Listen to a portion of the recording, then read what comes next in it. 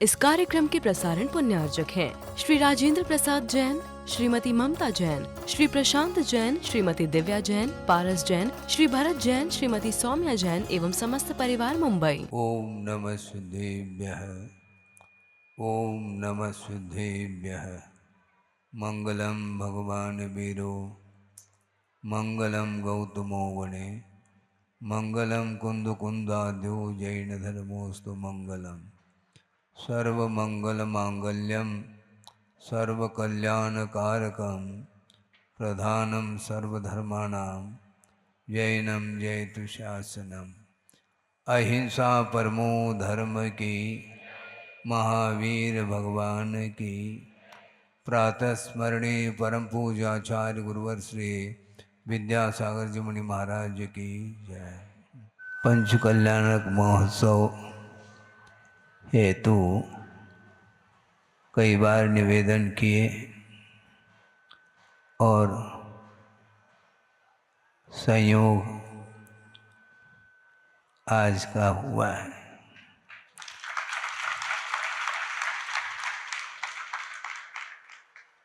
यह महोत्सव सानंद संपन्न होगा, इसमें संदेह इसलिए नहीं है कि इस आयोजन के लिए, इस मांगलिक महोत्सव के लिए गुरुदेव का आशीर्वाद प्राप्त है और जिस धार्मिक आयोजन के लिए उनका मंगल आशीष प्राप्त हो जाता है तो अपने आप ही उत्साह जागृत होता है। यह ध्वजारोहण घट यात्रा के साथ आज का यह कार्यक्रम आप देख रहे हैं और कल से पंच कल्याणक महोत्सव का प्रारंभिक दिन कल से होगा और निरंतर ये 5-6 दिन तक आप लोगों के बीच में यह अवसर देखने को मिलेगा किस प्रकार आत्मा का विकास होता है। यह साक्षात प्रभु का दर्शन हम नहीं कर पाते, ये अलग विषय है, किंतु श्रद्धान के माध्यम से परोक्ष रूप से भी वही आनंद लिया जा सकता है जो साक्षात प्रभु के चरणों में बैठ कर के लेते हैं। आनंद कम आता है ज़्यादा आता है, ये कोई बात ही नहीं है। 1-2 दिन से तत्व चर्चा के दौरान ये विषय रखा था। ये मन में स्वाभाविक रूप से विकल्प आ सकता है, जबकि आना नहीं चाहिए। विकल्प ये आता है कि महाराज हमारे पास बहुत अल्प मात्रा में ज्ञान है और आपके पास ज़्यादा है। कम और वैसे इस ओर ध्यान न जाए, किंतु सम्यक ज्ञान होना चाहिए।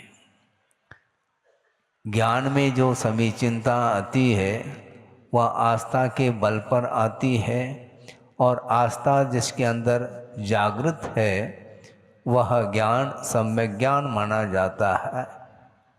आस्था की किरण जब फूट जाती है तो ज्ञान में क्षमता आ जाती है। ज्ञान का अभाव नहीं, प्रत्येक जीव में ज्ञान का सद्भाव है, किंतु उसमें विपरीतता होने के कारण संसार का अंत उस ज्ञान के द्वारा नहीं हो पाता। किंतु जब श्रद्धान आस्था जागृत होती है, उस ज्ञान में समीचीनता आती है, तो वह अल्प भी क्यों न हो, क्योंकि वह सम्यक ज्ञान स्वपर प्रकाशी कहा है, अपने आप को भी प्रकाशित करता है और अन्यान्य पदार्थों को भी प्रकाशित करने की क्षमता उसके अंदर आती है। कई बार यह विचार करने में आता है। किसी को मान लो ये विकल्प होता है, उनके सामने हम यही बात रखते हैं कि एक शिवभूति मुनि हुए हैं, लगभग प्रतिदिन उनका स्मरण मुझे इसलिए होता है, ये विस्मय होता है कि उनके पास इतना अल्पतम ज्ञान होने के बाद भी उस ज्ञान में केवल ज्ञान को प्रकट करने की क्षमता है। यह अपने आप में आश्चर्यकारक घटना है, क्योंकि मिथ्यात्व के उदय में भी पर्याप्त मात्रा में ज्ञान का क्षोभम हो सकता है, किंतु उस ज्ञान में कर्म को समाप्त करने की, कर्म की निर्जना करने की अथवा मोक्ष प्राप्त करने की क्षमता उस ज्ञान में नहीं रहती है, क्योंकि ज्ञान सम्यक होना चाहिए। और समीचीन ज्ञान को जिसने प्राप्त कर लिया है, चाहे वह प्रभु के समीप साक्षात बैठ करके दिव्य ध्वनि का श्रवण करे अथवा परोक्ष रूप से जिनवाणी का श्रवण यदि कर रहा है, तो कर्म की निर्जरा में कोई अंतर नहीं आ सकता। कर्मों की निर्जरा और कर्म का जो संवर है वह भावों के ऊपर निर्धारित है। वहाँ पर भी सम्यक दृष्टि रहते हैं और यहाँ पर भी सम्यक दर्शन को लेकर के सभा में कई लोग बैठे हैं। बल्कि मैं तो ये कहना चाहता हूँ, कई लोग नहीं, पूरी सभा सम्यक दर्शन से संपन्न है, क्योंकि अन्य देवी देवताओं की आराधना को छोड़ करके जो समीचीन देव शास्त्र गुरु उनके चरणों में बैठ करके समर्पण के भाव के साथ, श्रद्धा के साथ प्रभु की आराधना करने के लिए आप बैठे हैं और इसके उपरांत भी सम्यक तो उत्पन्न न हो, ये कहने में अच्छा नहीं लगता है। क्योंकि सम्यक दृष्टि कौन है, कौन मिथ्या दृष्टि है, यह छद्मस्त ज्ञान गम्य नहीं, अर्थात परोक्ष ज्ञान के माध्यम से वह जानने में बात नहीं आती। किंतु जो क्रियाएं होती हैं, जो अनुष्ठान होता है, धार्मिक अनुष्ठान, उस समय जो आचरण की ओर दृष्टि जाती है तो अपने आप सम्यक दर्शन है क्या नहीं इसका बोध भी हो जाता है। वह भीतरी वस्तु है, हुआ क्या नहीं हुआ यह उतना महत्वपूर्ण नहीं, किंतु आपका उपयोग विषयों से हट करके प्रभु की आराधना में आपका उपयोग यदि डूबा हुआ है तो उसमें संदेह करने के लिए कोई स्थान नहीं रहता। इसलिए आप लोग बड़े उत्साह के साथ उमंग को लेकर के आए हैं और कई बार निवेदन भी किए। जबलपुर में भी यहाँ के समाज आई और उन्होंने निवेदन किया, प्रार्थना की और उनकी प्रार्थना को हमने सुन ली थी। हाँ तो भरते नहीं हम, किंतु उस प्रार्थना को सुनने से भी उनको काफ़ी उम्मीद है। और उम्मीद क्या, अब आए गए तो जब 12-13 दिन हो गए हैं और वहाँ पर घोषणा ही की थी लाखावर्ण में, तो हमने सोचा जब घोषणा ही हो गई है तब इसमें क्या, जाना तो है। और यहाँ पर आ गए और यहाँ पर उत्साह के साथ आप लोगों ने पात्र चयन का कार्यक्रम भी संपन्न किया है और बढ़ चढ़ करके दिल खोल करके आपने बोली में भाग लिए हैं और मुकुट पहन करके ही बैठे हैं।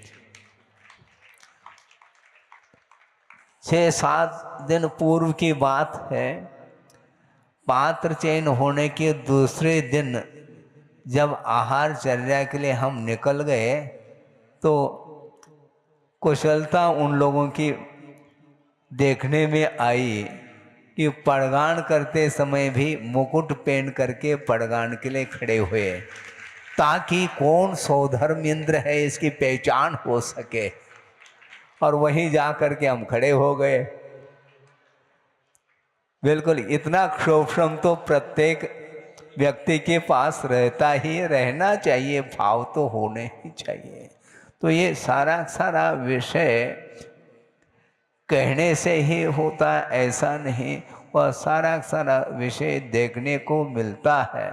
छोटे छोटे बच्चे भी इस आयोजन को देखेंगे, वो अपने आप में उस दृश्य को देख करके जो आनंद का अनुभव उन्हें होता है, शायद मैं समझता हूँ, भले उनके सिर पर मुकुट नहीं है, लेकिन आप लोगों से ज़्यादा उन्हें आनंद आ सकता है। वस्तुतः आत्मा का विकास, आत्मा की उन्नति जो होती है वह पवित्र भावों के माध्यम से होती है। निर्मलतम उज्ज्वलतम जब भाव जागृत होते हैं उस समय वो अपने आप को भी भूल जाता है। यहाँ तक कि आगम में ये बात आती है, आचार्य समंतभद्र स्वामी ने स्वयंभू स्तोत्र की रचना की है, स्तुति पर ग्रंथ का उन्होंने उसको लिखा। उसमें एक स्थान पर वह स्वयं लिख रहे हैं कि सौधर्मेंद्र की कितनी आंखें हैं, 2 ही आंखें होती हैं, किंतु विक्रिया के माध्यम से हजारों आंख बना करके प्रभु के सामने वह नृत्य करता रहता है, स्तुति आदि करता रहता है। इस प्रकार कहा है। अर्थ यह है कि वस्तुतः आंखें तो 2 मिली हैं, किंतु भाव इतने उमड़ जाते हैं विक्रिया के माध्यम से, वह इस प्रकार 1000 आंख देखने को मिलते हैं आपको नहीं, किंतु इस प्रकार विक्रिया के माध्यम से वहाँ उस दृश्य को, उस प्रभु के दर्शन करने के लिए, उनकी स्तुति आदि करने के लिए वह खड़ा हो जाता है, तांडव नृत्य करता है। असंख्यात देवी और देव मिलकर के भगवान की पूजन अर्चन करते रहते हैं। वह अद्भुत दृश्य होगा और वर्तमान में भी वह दृश्य विदेह क्षेत्र में देखने को मिलता है। कई बार मन में विकल्प आ सकता है, गुरुदेव के सामने भी मान लो किसी महाराज ने निवेदन किया होगा कि महाराज श्रवण बेलगुला बाहुबली भगवान का दर्शन नहीं हुआ, अभी समय शेखर जी की यात्रा हमने नहीं की। उनके उपस्थिति में भी ये विकल्प तो आए हैं। इसके उपरांत भी उनका ये कहना रहता था कि देखो श्रावक है, वह साधन के माध्यम से वहाँ पर पहुँच जाता है, और जो साधु श्रवण होता है वहाँ तक जाने की क्षमता एक दिन में तो संभव नहीं है।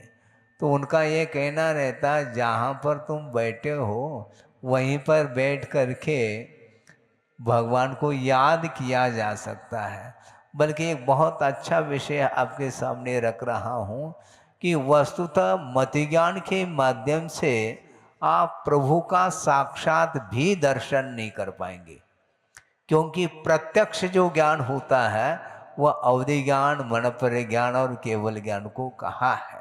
इसलिए वहाँ पर साक्षात भले ही व्यवहार के दृष्टि से कहने में आता है हम प्रभु का साक्षात दर्शन कर रहे हैं, किंतु इन चर्म चक्षुओं के माध्यम से जो दर्शन होता है वह एकमात्र परोक्ष ही होता है। प्रत्यक्ष दर्शन वह कर सकता है कौन? अवधि ज्ञानी सौधर्मेंद्र कर सकता है, यहाँ के सौधर्मेंद्र ने, क्योंकि यहाँ पर स्थापना की अपेक्षा से उनको सौधर्म इंद्र ये पद मिला है, किंतु भाव निक्षेप की अपेक्षा से साक्षात प्रभु का दर्शन करने का लाभ उन्हें मिलता है। अर्थ यह है कि आप साक्षात करो अथवा परोक्ष रूप से करो, यदि भावों में भिगाव है तो दर्शन आपने कर लिए हैं। नंदीश्वर द्वीप जो 2.5 द्वीप के बाहर है, वहाँ पर जाने की क्षमता रिद्धिधारी मुनि महाराज के पास भी नहीं, वो नहीं जा पाते। और देवगण जा सकते हैं तो उनका ज़्यादा पुण्य तेज है महाराज। ये पुण्य तेज और ये छोड़ो आप, क्योंकि वह साक्षात करते हुए भी वह संयम के साथ दर्शन नहीं कर रहा है। असंयम के साथ ही उनका जीवन सागरोपम आयु तक व्यतीत होता है। और इस मनुष्य पर्याय में अल्प आयु होने के उपरांत भी देश संयम अथवा सकल संयम को अंगीकार करने की क्षमता इस मनुष्य पर्याय में है। इसलिए इस मनुष्य पर्याय की सार्थकता को सिद्ध करना है। इसका पूर्णतः सदुपयोग करेंगे तो निश्चित रूप से साक्षात दर्शन करने का भी अवसर मिल सकता है। विदेश क्षेत्र में चले जाएंगे मान लो, और साक्षात मिलेगा है। आप सोचो विचार करो, लेकिन भाव निर्मल होना चाहिए। और साक्षात दर्शन करने के उपरांत भी परिणामों में निर्मलता आवे, ये नियामक नहीं है। यद्यपि आगम की दृष्टि से सोचते हैं, विचार करते हैं, तो यह विषय स्पष्ट विदित हो जाता है कि कोई भी सम्यक दृष्टि है और वह अपने सम्यक दर्शन को क्षाई के रूप में परिवर्तित करना चाहता है, तो उसके लिए केवली श्रुत केवली का जो सानिध्य अथवा पादमूल है उसका होना अनिवार्य सिद्ध होता है।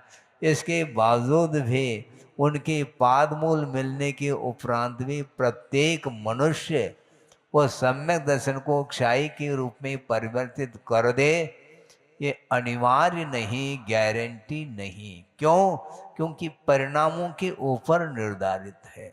षोडश कारण भावना हम और आप भी अभी भी भा रहे हैं, किंतु उनका सानिध्य नहीं है। और सानिध्य मिलने के बावजूद भी परिणामों में उत्कर्षता जब तक नहीं आएगी, तब तक वो भगवान भी क्या कर सकते हैं। भगवान साक्षात विराजमान है, उनके चरणों में बैठ जाओ। बैठ तो जाएंगे, लेकिन आपका मन भी तो बैठना चाहिए ना। मन यदि उनके चरणों में नहीं है और मन होते हुए भी उसमें जो निर्मलता जिस परसेंटेज में होना चाहिए, बल्कि 100% यदि परिणामों में निर्मलता आती है, तो निश्चित रूप से वह सम्यक दर्शन को क्षाई के रूप में परिवर्तित करता है।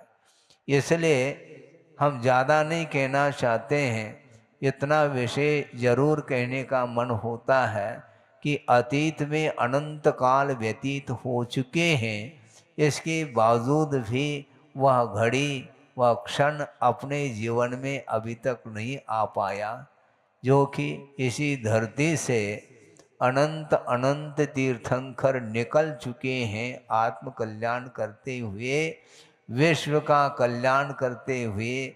वो अपने आप के आत्मा को परमात्मा के रूप में परिवर्तित कर दिया।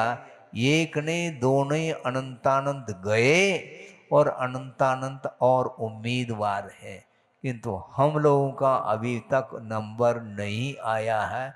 इससे स्पष्ट है अब क्या, और इससे और कौन सा स्पष्टीकरण हो सकता है। समझ में आ जाता है कि वह स्वयं की योग्यता होते हुए भी उस योग्यता को उद्घाटित नहीं कर पाया इस आत्मा ने। इसलिए उसको उद्घाटित करने के लिए बीच बीच में इस प्रकार के पंच कल्याणक महोत्सव देखते हैं, तो अपने आप साक्षात क्या होता होगा, वहाँ का वातावरण वह अपने आप ही ज्ञात हो जाता है। सूर्य की किरणों में धरती को प्रकाशित करने की क्षमता है, किंतु बादल छा गए हैं, घटाएं छाए हुए हैं, तो ऐसी स्थिति में उसकी एक किरण भी यहाँ तक नहीं पहुँच पाता। इसी को बोलते हैं आवरण। आवरण है, निरावरण करना है। एक सप्ताह के लिए निरावरण, संडे के दिन अनावरण करते हैं और अगले संडे तक पुनः आवरण आ जाता है। इस प्रकार का तो ज्ञान हम लोगों का है कि आवरण हट जाए तो वह सूर्य की किरणें धरती तक पहुंच जाती है। उसी प्रकार आत्मा के पास अनंत शक्ति है और अनंत ज्ञान विद्यमान होते हुए भी वह आच्छादित है, आवरणित है। किसके द्वारा ज्ञान आवरणित होता है? ज्ञानावरणी कर्म के माध्यम से ज्ञान आवरणित होता है, यह तो बिल्कुल ठीक है। किंतु ज्ञानावरणी कर्म का क्षोभशम होने के उपरांत भी ज्ञान आवरणित रहता है। वो कैसा महाराज? मोह से आवरणित रहता है। ज्ञान को आवरणित करने वाले दो कर्म सिद्ध हो रहे हैं। मुख्य रूप से ज्ञानावरणी कर्म तो है ही, किंतु ज्ञानावरणी कर्म का जो आवरण है वह आवरण हटने के उपरांत भी यदि दर्शन मुनि का उदय चल रहा है तो सम्यक दर्शन जब तक उत्पन्न नहीं होता तब तक उस ज्ञान में आत्म तत्व का दर्शन संभव नहीं है। मोहेन समृतम ज्ञानम स्वभावम लभते नहीं, मत्तः पुमान पदार्थानाम यथा मदन को द्रवैहि। इस प्रकार पूजपा स्वामी ने शायद इष्टोपदेश में यह विषय दिया है। मोह से आच्छादित जो ज्ञान होता है उस ज्ञान के माध्यम से हम आत्म तत्व का या स्वभाव का दर्शन नहीं कर सकते हैं। एक कोदो आप जानते होंगे, एक धान है और उसके सेवन करने से नशा चढ़ जाता है और उस नशे के कारण पदार्थ का सही सही उसको परिज्ञान नहीं होता। उसी प्रकार मोह से आच्छादित जिसका ज्ञान है वह कभी भी पदार्थ का यथार्थ ज्ञान नहीं कर सकता है। यथार्थ ज्ञान का अर्थ यह है कि जिस पदार्थ का जैसा स्वरूप है उसको उसी रूप में जानना यह सम्यक ज्ञान माना गया है। उसी रूप से जानना चाहिए। यदि उस पदार्थ को जानते हुए भी उस पदार्थ से यदि मान लो हम प्रभावित होते हैं तो निश्चित रूप से उसमें कमी आती है। सम्यक ज्ञान बना रह सकता है, इसके उपरांत भी असंयम के कारण सम्यक ज्ञान वह काम नहीं करता। सम्यक ज्ञान विद्यमान रहता है, सम्यक दर्शन भी विद्यमान है, किंतु सम्यक दर्शन को सक्रिय करने की आवश्यकता पड़ती है। तब कहीं जा कर के पदार्थ को जानते समय इष्टानिष्ट की परिकल्पना नहीं करते हुए पदार्थ को जानना ही वस्तुतः पदार्थ का यथार्थ ज्ञान माना जाता है। और वह यथार्थ ज्ञान बिना संयम के संभव नहीं है। निकट ही रहते हैं वो कौन? सौधर्मेंद्र। और वह धारा अभिषेक आदि करते रहते हैं। इसके बाद भी उनके चरण सानिध्य मिलने के उपरांत भी अपने जीवन में संयम को अंगीकार करने के लिए योग्यता उनके अंदर नहीं आ पाती, जो कि भगवान के अनुपस्थिति में भी आपके अंदर संयम अंगीकार करने की क्षमता सामर्थ्य विद्यमान है। ऐसी स्थिति में जो सदुपयोग करता है उसका विकास होता है। ज़्यादा नहीं कहना चाहते हैं, क्योंकि विकास जो होता है उसके अंदर योग्यता भी चाहिए और योग्यता के साथ साथ पुरुषार्थ भी अनिवार्य शुद्ध होता है। भव्य है और मोक्ष जाने की क्षमता शक्ति उसके अंदर विद्यमान है, किंतु शक्ति है उसकी अभिव्यक्ति के लिए पुरुषार्थ की बड़ी आवश्यकता है।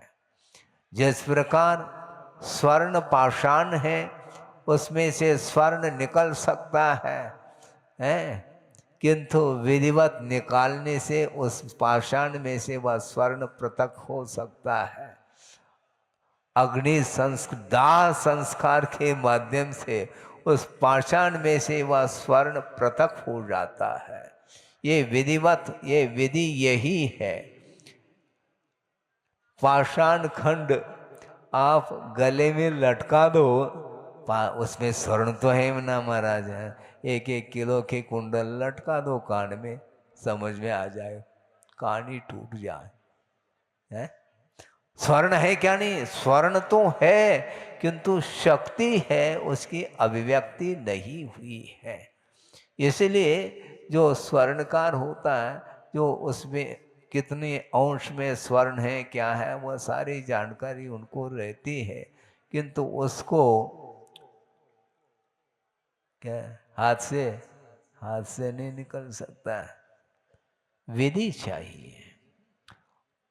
अग्नि के माध्यम से ही वह पाषाण, उसके अंदर जो उसमें जो किट है वह सारा पृथक होगा, और उसके अंदर वह स्वर्ण विद्यमान है, वह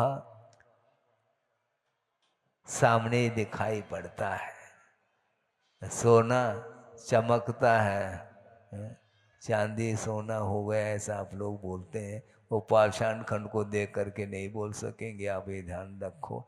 इसको बोलते हैं विधिवत पुरुषार्थ करने से वह नो कर्म, द्रव्य कर्म और भाव कर्म से वह आत्म तत्व पृथक हो जाएगा। तो उस समय वह परमात्म तत्व किसी से भी वह प्रभावित नहीं होने वाला है। 5-6 दिनों में आप लोग किस प्रकार भगवान गर्भ में आते हैं, भगवान नहीं आते हैं, फिर भी व्यवहार में कहने में आता है भगवान गर्भ में आ गए।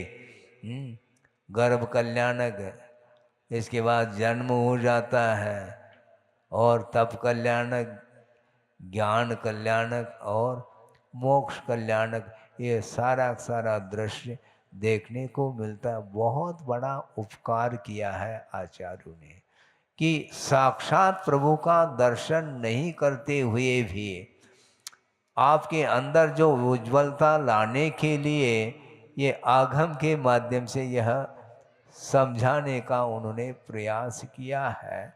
इसी को बोलते हैं स्थापना के माध्यम से हम प्रभु का दर्शन करते हैं, और वह स्थापना तदाकार भी होती है और अतदाकार भी स्थापना होती है। आप प्रतिदिन पूजन करते हैं, वो क्या है? ठोना। उसमें आप चावल स्थाप करते हैं, उसमें क्या है? उसमें उन चावलों में प्रभु को स्थापित किया।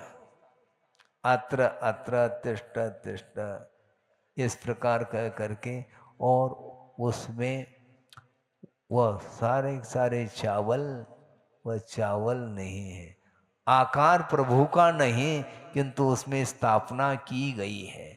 इसी प्रकार स्थापना तदाकार के रूप में भी जनालय में बिंब को स्थापित किया जाता है पंच कल्याणक के माध्यम से, और उसकी आराधना निरंतर जीवन पर्यंत आप कर सकते हैं, और उसके माध्यम से अपने परिणामों को उज्जवल बनाने के लिए अवसर मिल जाता है। बड़ा कठिन है कि जिस समय प्रभु के सामने आप खड़े हैं, पूजन अर्चन कर रहे हैं, उतने क्षण के लिए तो आपके परिणाम उज्जवल हो जाते हैं, किंतु उन परिणामों को स्थायित्व देने के लिए बहुत पुरुषार्थ करने की आवश्यकता है। इस परिसर से, यानी भगवान के चरण सानिध्य को छोड़ करके बाहर गए, वो परिणाम भी बाहर चले गए।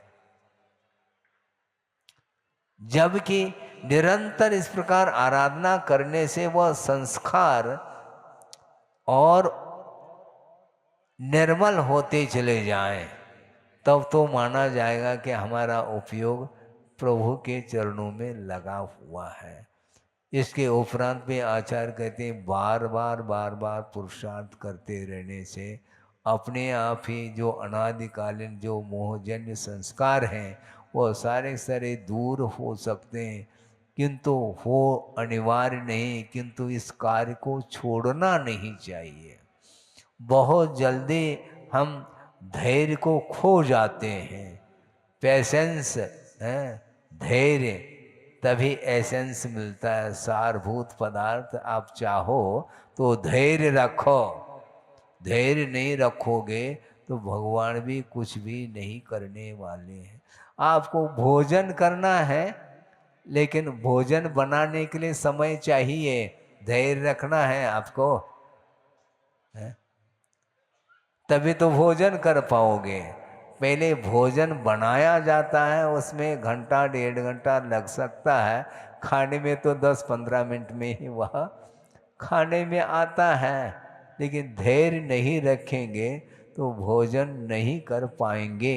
इसी प्रकार आपको धैर्य रखना चाहिए। गुरुदेव के सामने एक व्यक्ति ने कहा, संक्षेप कर रहा हूँ, उन्होंने ये कहा कि महाराज आप बार बार स्वाध्याय के दौरान, प्रवचन के दौरान साधना की बात करते हैं, किंतु वो साधना की सीमा क्या है ये भी तो बताओ। तो गुरुदेव ने कहा साधना की सीमा मत पूछो। फिर महाराज कब तक करें? जब तक साध्य की उपलब्धि न हो तब तक धैर्य के साथ अपने को साधना करनी चाहिए।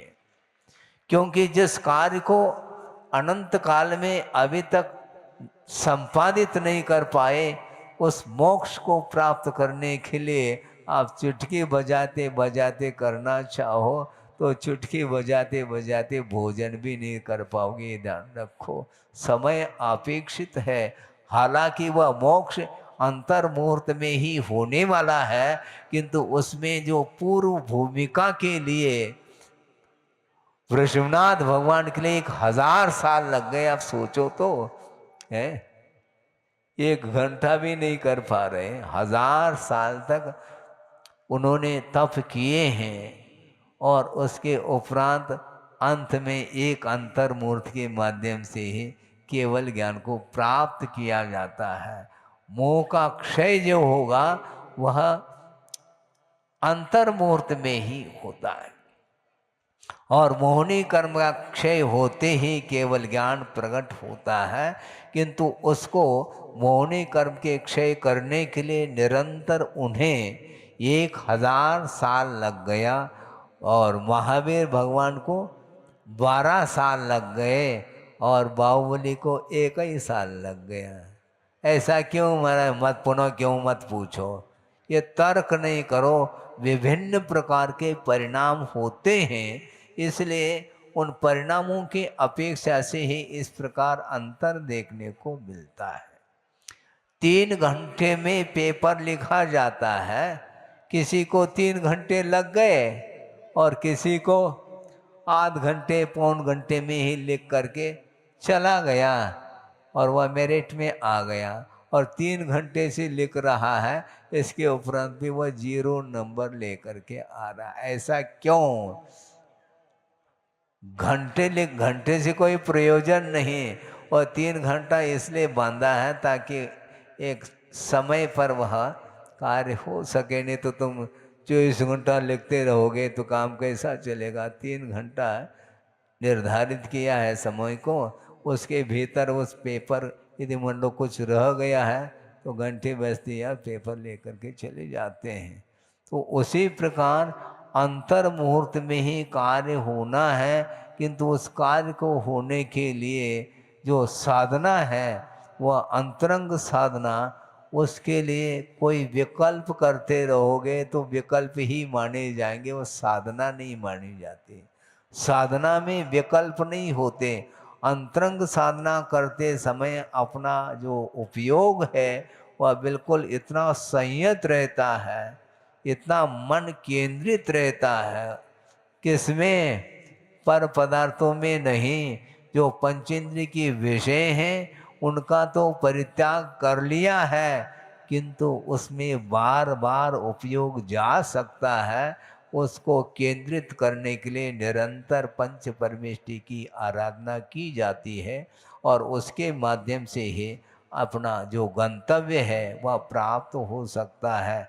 लक्ष्य तक पहुंचने के लिए जब तक वह लक्ष्य की प्राप्ति नहीं होती तब तक अपने को विधिवत आगम में जैसा कहा है, जैसा गुरुदेव ने संकेत दिया है, जैसे उन्होंने आज्ञा दी है, उस आज्ञा का उल्लंघन नहीं करते हुए हम यदि मान लो साधना करते हैं तो बहुत ही जल्दी अपना जीवन भी सार्थक सिद्ध हो सकता है और अनंत काल के लिए जो मोह के आश्रित जो दुख उठाना पड़ रहा था वो सारा का सारा दुख समाप्त हो करके निरंतर प्रति समय वह इंद्रियातीत अनंत सुख का वह संवेदन कर सकता है।